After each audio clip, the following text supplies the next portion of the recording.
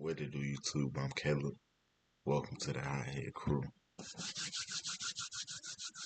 Today I got a little something special for y'all, man. Go ahead and like, comment, and subscribe on this video if you're new. Today we got Jxmyhighroller. He should win this award. Reaction. Let's get to it.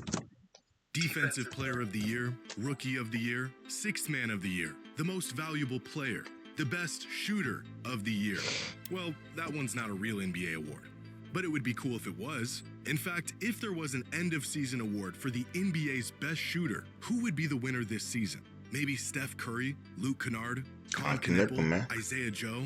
Well, according to the numbers, there's actually one clear winner here. Crafted NBA, a site that curates some of the most interesting and insightful NBA metrics, has a stat called shot quality. It's a unique metric that uses multiple variables like spacing and shooting efficiency and converts a player's shooting ability and shot selection into a point scale from 1 to 100. 1 being the worst, you better swing the rock to someone who can shoot, and 100 being the best. Feel free to shoot any shot you like. Now, if an award for shooting actually existed, it would be a bit of a formality, because in 2013, the player with the highest shot quality in the entire NBA and the winner of the Sharpshooter of the Year award would have been Steph Curry. In 2014, the winner would have also been Steph Curry. In 2015, the winner would have been Steph Curry, and the year after that, and the year after that, and the year after that one, and the year after that. In 2020, Duncan Robinson would have won the award, because Steph was injured and only played 5 games. And then in 2021, Steph would have went right back to winning the award for the following 4 seasons. He is unanimously the greatest shooter of all time, and for a good reason. But in 2026, for just the second time in 14 seasons, the player with the highest shot quality in the entire NBA isn't Steph. Hold on now. We're not gonna just skip past these right here though. Look at this right here, that Jordan Poole. You see that right there? Damn shame. Even in 2025, he still has the ability. The player with the highest shot quality in the entire NBA isn't Steph, it's Luke Kennard, with a shot quality rate. What?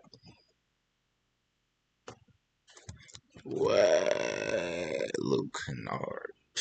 What? Bro, that's cap right there, bro. It gotta be a minimum 10 points per game. Cause I know he can't average that. You know what I'm saying? Ain't no way we finna give him that. Beating Steph at his own game and making him the 2026 Sharpshooter of the Year. But why stop here? Let's create some other NBA awards and find the rightful winners of the 2026 NBA season. I don't know how I feel about that one right there, but guess what? I know an ad's coming. Let's go ahead and skip this right here. Get your bread though. You know what I'm saying? Jackson, no whistle, turnover. Black on the drop. Hey, I've definitely seen these. Everybody's seen these. On 4 players. When I first saw this play, I wasn't quite sure what I had just witnessed. In fact, the first time I saw this play wasn't from a clip. It was this photo, where there are so many bodies in this picture, it's hard to even tell what's going on. And then I saw the clip, and my brain exploded. You get a poster. You get a poster.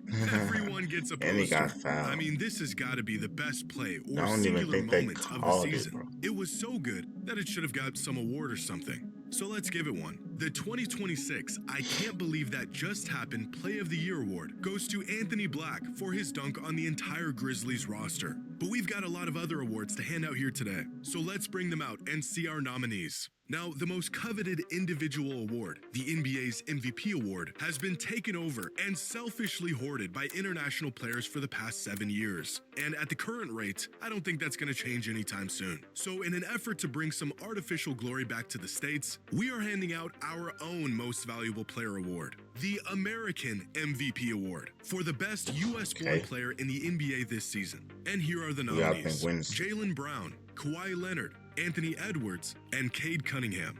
All 4 of these players are the offensive engines of their teams. A couple of them helped anchor elite defenses, and each of them navigating their teams throughout the entire season, proving that although we don't have a Jokic, or a Wemby, or a Shea, or Luka, or Giannis, we can still compete with the best of them. But while every one of these guys has a case, the winner of the 2026 American MVP Award is Cade Cunningham. We This gave it to season, Cade Cade. has been the driving force behind Detroit's breakout, and the biggest reason one of the league's longest-running disappointments mad at has it. turned into the #1 seed in the East with 60 wins. The last time Detroit won 60 games, Ben Wallace was still in a Pistons 20 jersey. years And ago. the time before that, Isaiah Thomas was hoisting the Larry O'Brien trophy. The Eastern Conference has a new juggernaut, and Cade is the reason why. He finished the season averaging 24 points per game, while ranking second in the NBA in assists. But the Pistons didn't just need Cade's 24, 10, and 5 a game to find this new edge. They've needed his leadership, his maturity, his decision-making. A true floor general that makes everyone around him better. Cade spent his first few seasons in the league burdened with the curse of being a #1 pick and forced to inherit the struggles of an organization incapable of finding success. But Cade's pedigree as a world-class point guard and leader have been the catalyst to what is now a contender in Detroit. He has become exactly the kind of franchise cornerstone the Pistons had spent years searching for. And even with an injury that forced him to miss 11 games late in the season, the body of work is too strong to ignore. And for that, Cade Cunningham is our 2026 American MVP.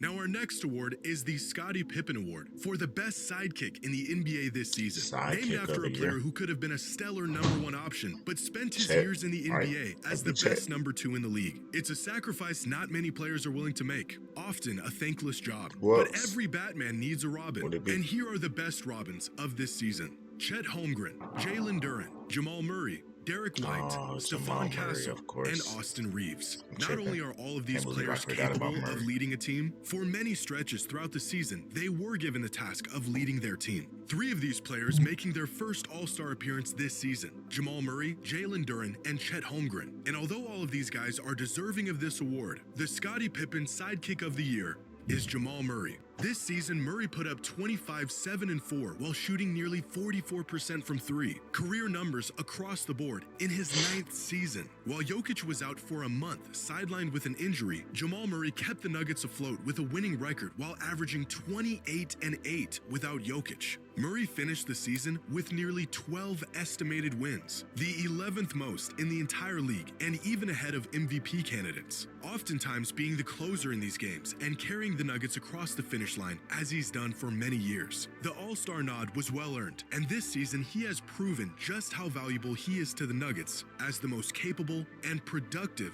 second option in the NBA.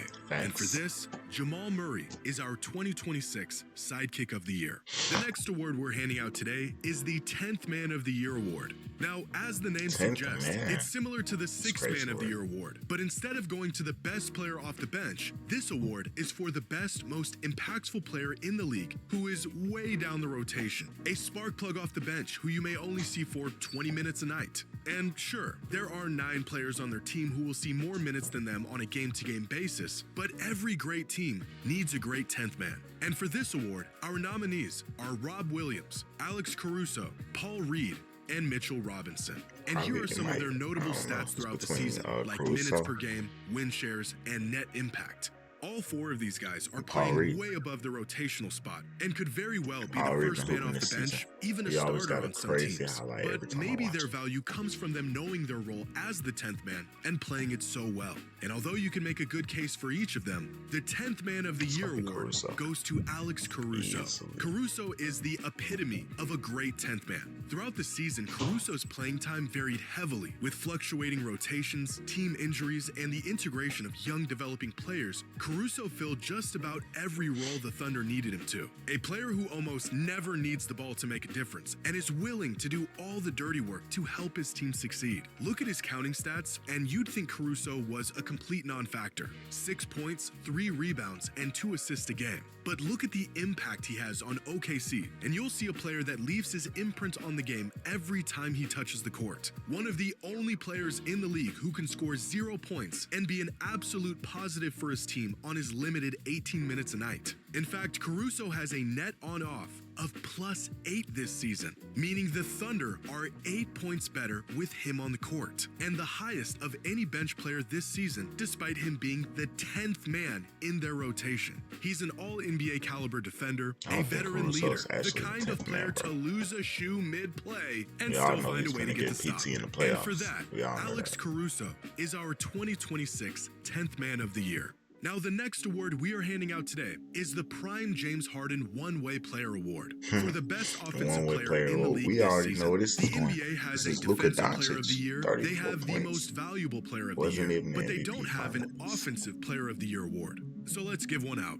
But there's a bit of a twist to this award, because it's not just for the best offensive player in the league this season. It is specifically for the player who gave their team the most offense while providing little to no defense. The player with the largest gap between their offensive excellence and their defensive liability. Going against everything we've been taught, this trophy will be the award for the player who loves to play offense but can't play defense worth a lick. And our nominees for this award are Keontae George, Steph Curry, Jamal Murray, Jalen Brunson. Bro, you have to do 30 like that, bro. That man is pushing 40. I'm saying defense. He shouldn't even be looked at to play defense anymore these days. He's still gonna do it. But come on, bro. This is hate right here. Michael Porter Jr. and LaMelo Fake Ball, hate. all of them with incredible offensive numbers and abysmal defensive numbers this year. But statistically, there's a really comprehensive way we can go about determining the winner here, and that's by using crafted NBA's offensive plus-minus and defensive plus-minus metrics. These two metrics factor in a ton of different variables, like shot quality, turnover rate, offensive load, and creation on offense, and also things like forced turnovers, deflections, fouls committed, and defensive versatility on defense. They then take these numbers and rate every player based on these categories amongst every other player in the league to find their overall league percentile. Here's a player this season who has a crafted offensive plus-minus in the 97th percentile, so he's really good on offense. And he has a crafted defensive plus-minus in the 15th percentile, so he's considerably bad on defense. Any guesses on who this player is? It's LaMelo Ball. And the gap between his offense and defense isn't nearly as big as some other players. Here's Michael Porter Jr. with a 94 on offense and an 8 on defense. Still, not nearly the worst. Here's Keontae George, Steph Curry, Jamal Murray, and the 2026 James Harden One-Way Player of the Year award winner, Jalen Brunson, who is in the 98th percentile on offense and the 3rd percentile on defense. That's tough. A whopping gap of 95%, Well, Jalen Brunson making him the got a straight 10th day. best offensive player in the NBA and the 10th worst defensive player in the NBA. A gap that is truly remarkable. For perspective, James Harden himself, at 36 years old, is in the 97th percentile on offense and the 18th percentile on defense, giving him just a 79% difference between his offense and his defense. Jalen Brunson is a one-way demon, and for that, he shall be rewarded as the One-Way Player of the Year. The next award we're handing out today is Get the out the Kobe net. Bryant Oh, we Get know It Out where- the Net we know Award where this for the is player going. who is That's least MPJ. likely to pass the ball Easily, once bro. he gets it in his hands. And Michael our never nominees passed the are Watt Jalen Jr., Green, bro. Kawhi No, you're not Leonard, passing Dylan anything. Brooks, Lauri Markkanen, Cam Thomas, and Klay Thompson. It No, takes a Porter special Jr. kind is of crazy. confidence to truly believe the best option available for your team is always yourself. This one Now, might the end up eye going test to Klay. alone will tell you more often than not when these guys Nah, it touch the might ball, go- it their might go to teammates have Brooks. essentially two options: crash the board or get back on D. And there's a few different ways we can measure just how trigger happy these players are, like how often they receive the ball versus how often they pass, and the rate at which they shoot the ball while they're on the court. And based on these factors, this season no one has exemplified this award better than Jalen Green. After being sidelined for the first half of the season, Jalen Green has sped up his return to form by using every game as his own personal shoot-around. Despite averaging just 26 minutes a game this season, Jalen Green averaged 16 shots a game. This means he ranked 171st league-wide in minutes per game and 35th league-wide in field goal attempts per game. The man is taking as many shots as Victor Wembanyama while playing Kyle Kuzma minutes. To put into perspective the green light But Jalen Green is has out of had his this mind, season, bro. here That are the man is top insane. 50 scorers in the league and the number of shots they average per minute on the court. Now, even amongst the best players in the league, about half a shot per minute is an average clip. Only about 30 players in the entire league exceed this rate. And for the most part, they are the best bucket getters in the league. Where is Jalen Green in all of this? He's right here, in between two MVP candidates who are attempting the most shot attempts per game in the entire NBA. Now, Jalen Green firing at a rate on par with Luka Doncic wouldn't be the worst thing in the world if he was actually hitting these shots. But instead, not only is Jalen shooting the ball faster than just about everyone in the league, out of 206 qualifying players this season, Jalen Green has a true shooting percentage that ranks 199th. Second in shooting rate, 199th in shooting accuracy. That's a terrible, remarkable bro. combination of shooting the ball as many times as That's humanly terrible. possible with no regard of the outcome whatsoever. This is why I he got expect his traded. numbers to improve next season as he continues to recover and integrate himself into a new offense. But there is no denying his status this year as the rightful winner of the 2026 Kobe Bryant Get It Out the Net Award. And for our last award, we have one of my favorites, and that is the craziest statistical achievement of the season award. Unbelievable stat lines, box scores, Hey. season totals, the what did I just witness kind of events that were so unlikely that they deserve an award of their own. And for this award, our nominees are Bam Adebayo's 83-point game, the Detroit Pistons going from the laughingstock of the league to a 60-win juggernaut, Nikola Jokic becoming the first player in NBA history to lead the league in both assists and rebounds, Cooper Flagg becoming the first and only teenager to score 50 points in an NBA game, and Con Knipple becoming the first rookie in NBA history to lead the league in three-pointers. Now, all of these are ridiculous in their own way. Who would have ever thought Craziest that one? in a league featuring Wait, the hold on. Clippers, Go back. now, The craziest one, in my opinion, I say, was the craziest thing that happened this season.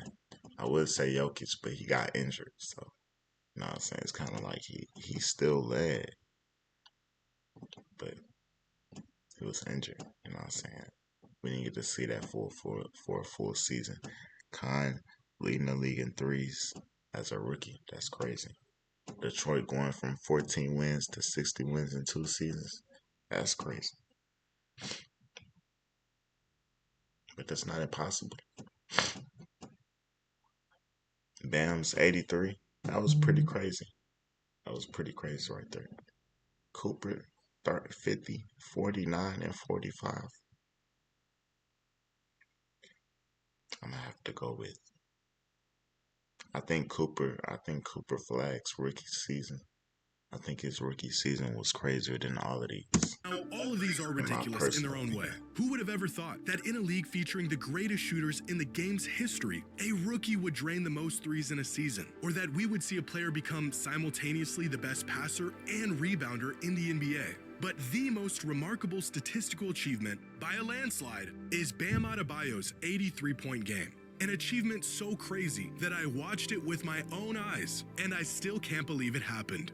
Bam's 83 points was so unbelievable that it actually pissed people off. It's the kind of game that will leave future fans of the NBA puzzled looking back. Who is Bam Adebayo? How did he score 83 points? And who allowed this to happen? And whether you acknowledge Bam's 83 as the true modern scoring record or not, the fact remains that he did, in fact, drop 83 points in a single NBA game. Not just one of the most shocking events of the season, but one of the most shocking events in recent NBA history. And for that, Bam Adebayo and his 83 points wins the award for the craziest statistical achievement of the 2026 NBA season.